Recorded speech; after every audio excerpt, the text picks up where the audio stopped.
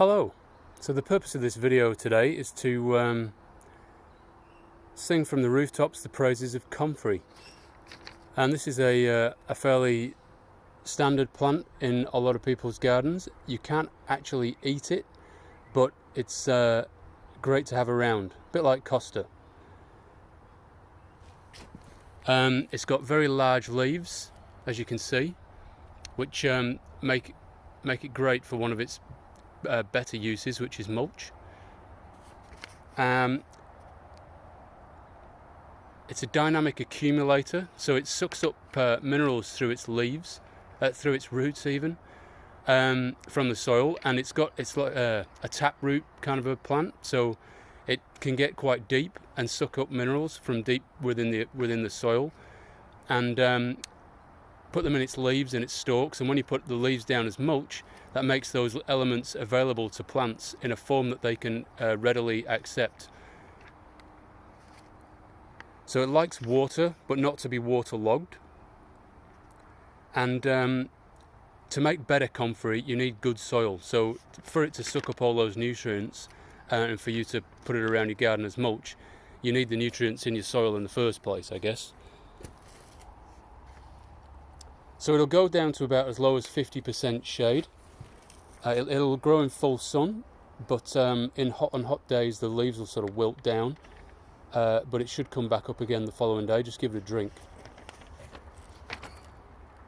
So there's a lot of negative press about Comfrey, and when you read about it on the web, there's people really bad-mouthing it, but most gardeners absolutely love it.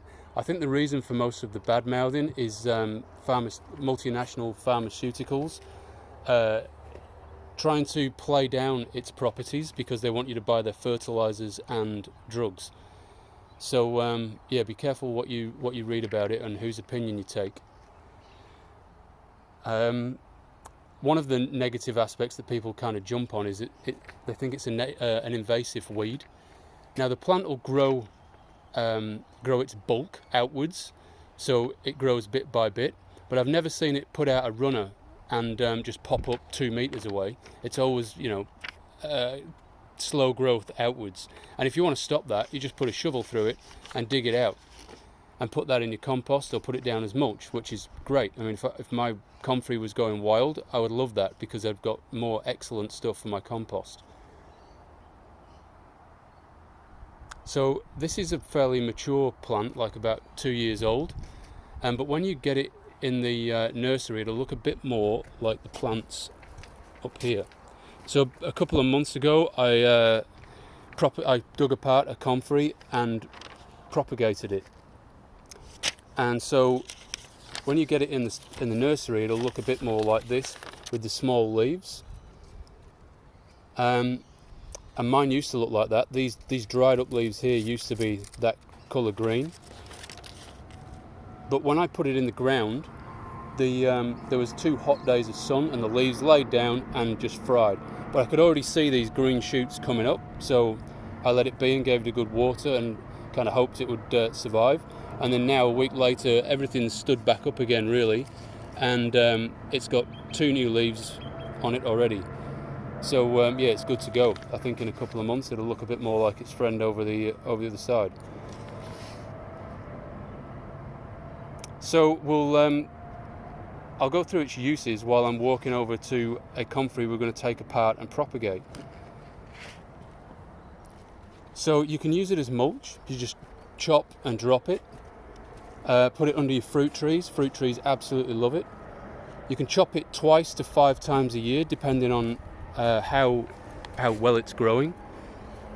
You can make a leaf tea from the leaves. Have a look at Under the Choco Tree, the website by Nev Sweeney, and he's got a Comfrey extractor which has been on ABC, like Costa did a segment on his garden, and he showed the Comfrey extractor, which is fantastic. You can use it as a compost starter. So apparently, the only other one I know is cow manure. Like, it'll really push on your compost. So Comfrey leaves will do that. If you put the Comfrey leaves in your compost, in the green layer, they'll really fire it up and get it hot. A reliable source told me, like the guy I'm getting my fruit trees off told me that bananas absolutely love it. It's high in potassium. So you put a few around your bananas, and you just chop and drop that in your bananas. You won't need to feed them anything else, apparently. It's been used for thousands of years for poultices, for brakes, so for medicinal purposes, I should say, as a poultice for brakes. It's great at healing anything. It's not recommended for internal use by humans. There is a bit of research going on that there's a few carcinogens in it, but you can feed it your chickens. The bees love its flowers. And another guy I know who grows stacks of this stuff puts it all around the edges of his bed next to the lawn.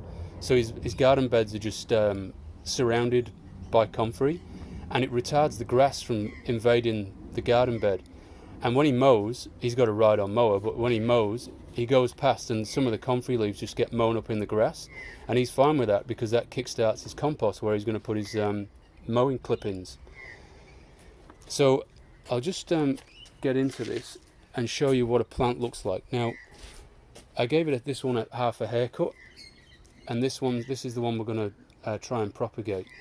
So I've taken the leaves off of this side and left a few small ones on, just so that when I've chopped it, I can use.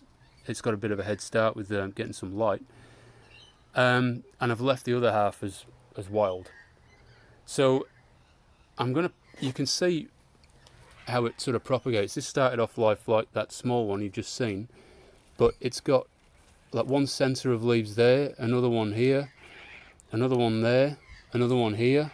So it just pushes out like that. And you can take these off and put them in a new pot or a new place in the garden, and they'll sprout.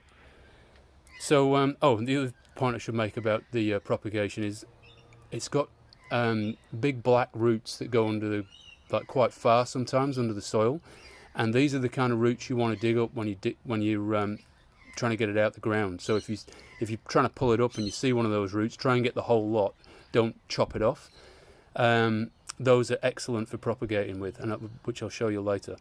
And so just pop this phone in the holder I've got here, and I'll put a shovel through it.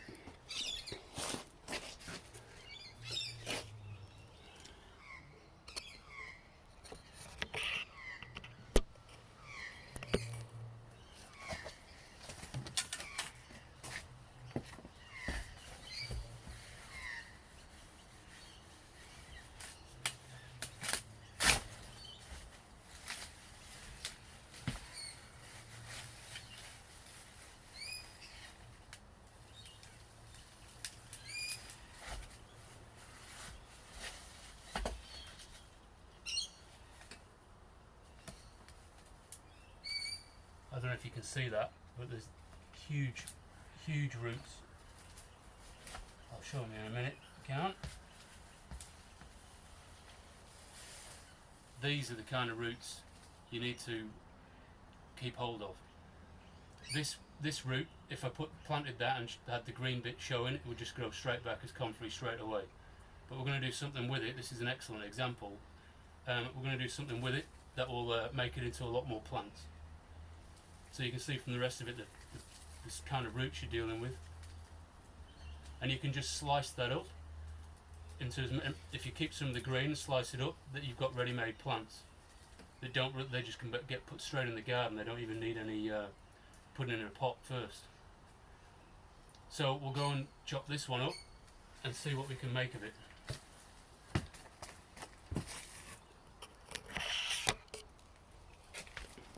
I'll just show you what's left. So yeah, we dug out this.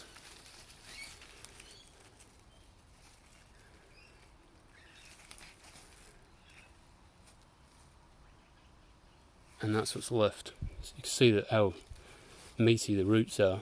This one hasn't really put any that's gone straight down. But we could chop this, and get 4 plants out of that, no problem, straight away. Oh, and I should say, the leaves I took off, I just put all around my lemon tree. So you just chuck them on the ground. And ideally, in an ideal world, I would cover them with something else so that they stay moist and break down quicker. Put some either wood chip or lucerne or something on there, and they'll break down super quick. So let's go to my resource centre, where hopefully the resources are waiting to chop this up.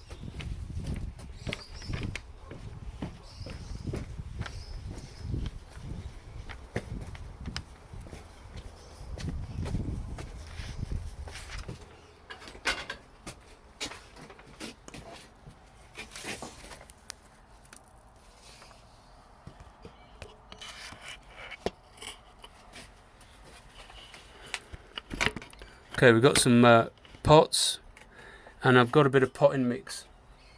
So I'm not at the stage yet. I tried to make my own potting mix, but it's not really going too well for me. So I've got Bunnings potting mix that I'll use. So basically, you just grab a handful of potting mix, throw it in your pot.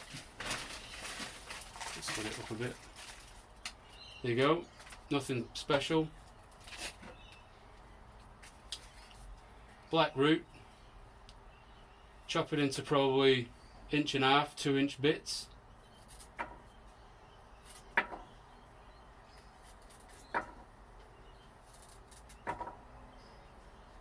And I'm going to keep that and just plant it straight back in the garden. Take one of your bits, put it in your pot, another handful over the top, so it's about probably 1 inch deep. I've pre-prepared some seaweed solution.